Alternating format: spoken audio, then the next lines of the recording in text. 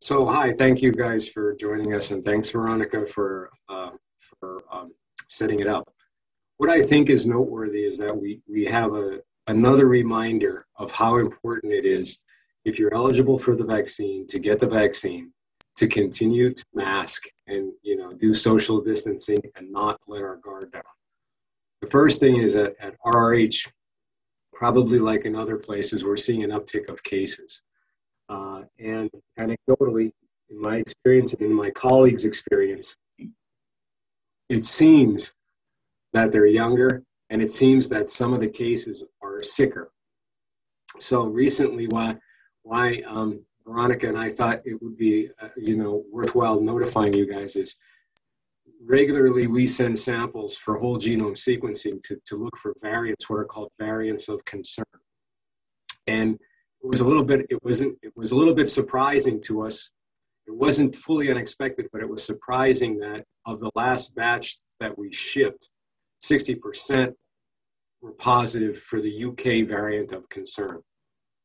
And so this variant may be more transmissible, and it may be cause more severe disease. So, the CDC had expected this variant to predominate.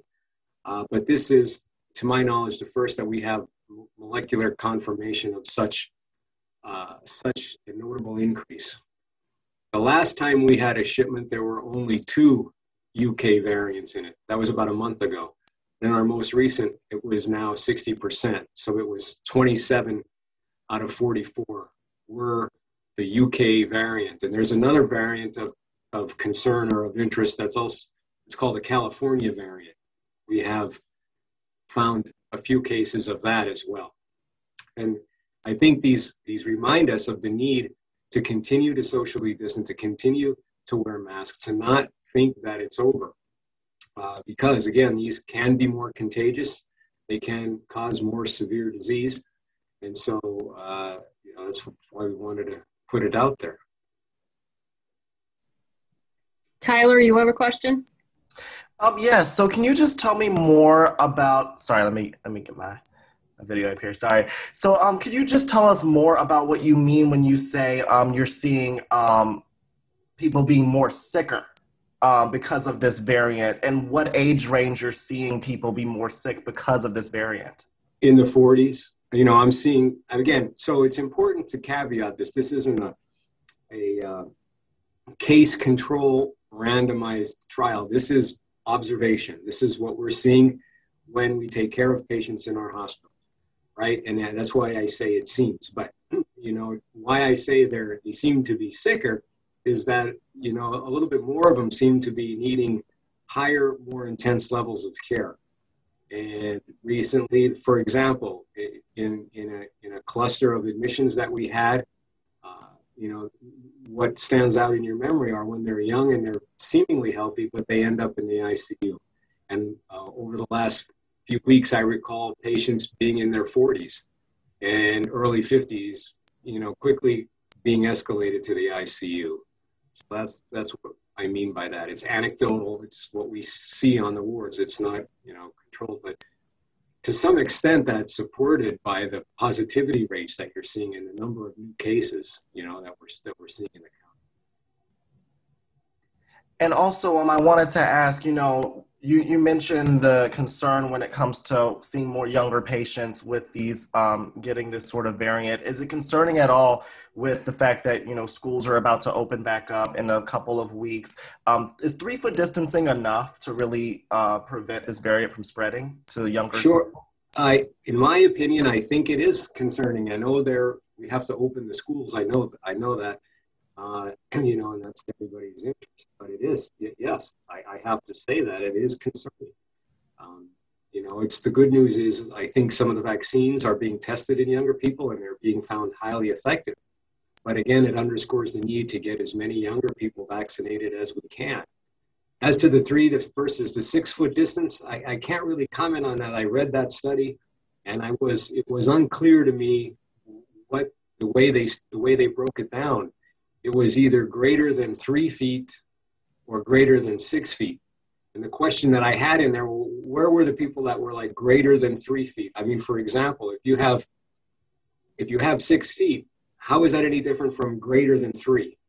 And so where was the overlap? And that, so I can't really comment on that. I think, plus that was conducted when these more contagious variants were not as prevalent. So that's the other thing you have to keep in mind. Thank you so much. Yep. Jack, are you on? Yes, I am. If I could, I'd like to ask just a couple of questions here. Just Sure. a clarification on where these samples came from. Was this from one specific place within Rochester Regional, or was it? No.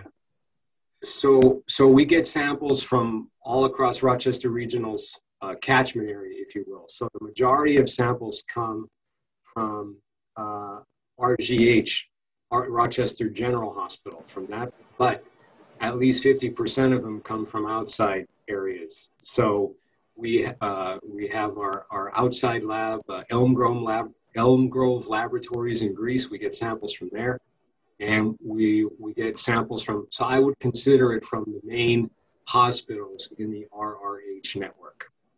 And most recently, although these have yet to be sequenced, we're now collecting samples from our sister hospital in the St. Lawrence healthcare system in Potsdam. And Dr. Lesho, I'd like to ask about this Israeli study that has made some headlines recently about the Pfizer vaccine.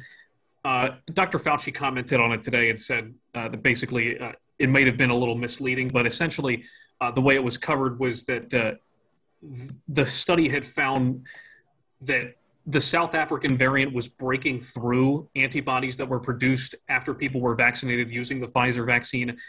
So are you concerned at all with these variants about the efficacy when it comes to the vaccines, or are you still content with the results that you've seen so far? If it makes any sense, I would say both. I'd say I am content. I mean, there's other people who know the vaccine data better than myself.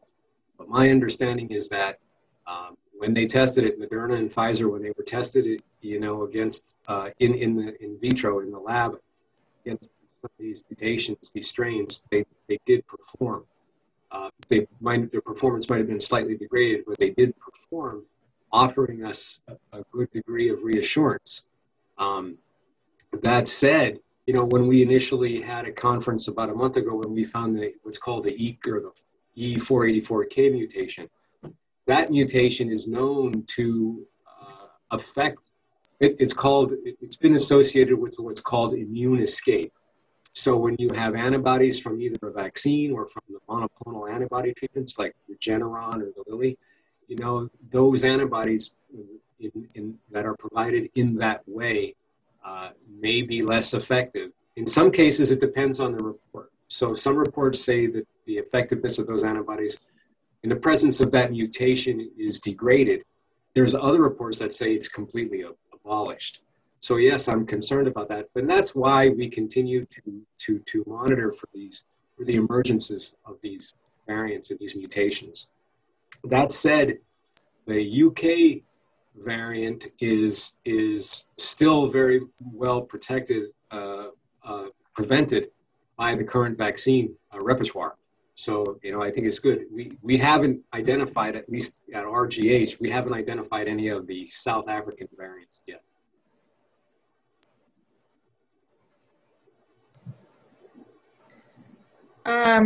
Stephanie, do you have any questions? Nope, we're all set. Anybody else?